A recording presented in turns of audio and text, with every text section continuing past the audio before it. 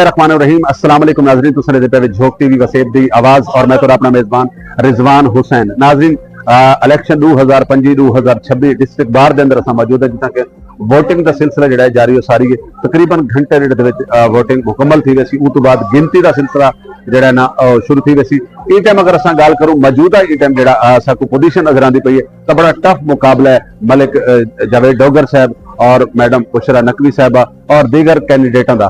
देखते हैं कि केड़ा खुश नसीब और केड़ा उम्मीदवार सी जेड़ा अज दा इलेक्शन डिस्ट्रिक्ट बार मुल्तान दा इलेक्शन जीतसी। तो मेरा कैमरामैन दिखा सके पिछू ई टाइम वकला की तादाद जी बहुत ज्यादा साकू नजर आती पई सी। ई टाइम जो इलेक्शन जो है वो वोटिंग का सिलसिला जारी सारी है और बड़ा टफ मुकाबला वहदा पी है। देखते हैं कि केड़ा खुश नसीब सी डिस्ट्रिक्ट बार की सदारत संभले सी और सदारत की सीट से बासी। तुसां जुड़े रहना झोंक टीवी वसेब की आवाज़ नाल, तो लम्हा ब लम्हा तमाम जी अपडेट देते रहो। बहुत शुक्रिया, बहुत मेहरबान जी। नाजरीन, तमाम तुसां मनाजर देते पे डिस्ट्रिक्ट बार मुल्तान दे जिथा के इलेक्शन 2025-2026 का जिहड़ा मुकाबला है वो बड़ा टफ मुकाबला चलता पिया है। मैडम बुशरा नकवी और जावेद डोगर और मलिक जावेद औजला और बशीर अंसारी के दरमियान इस टाइम जिहड़ा है वोटिंग का सिलसिला जिहड़ा है। लेकिन इन मौके के उत्ते वकला को बहुत सारी मुश्किलात का भी सामना है।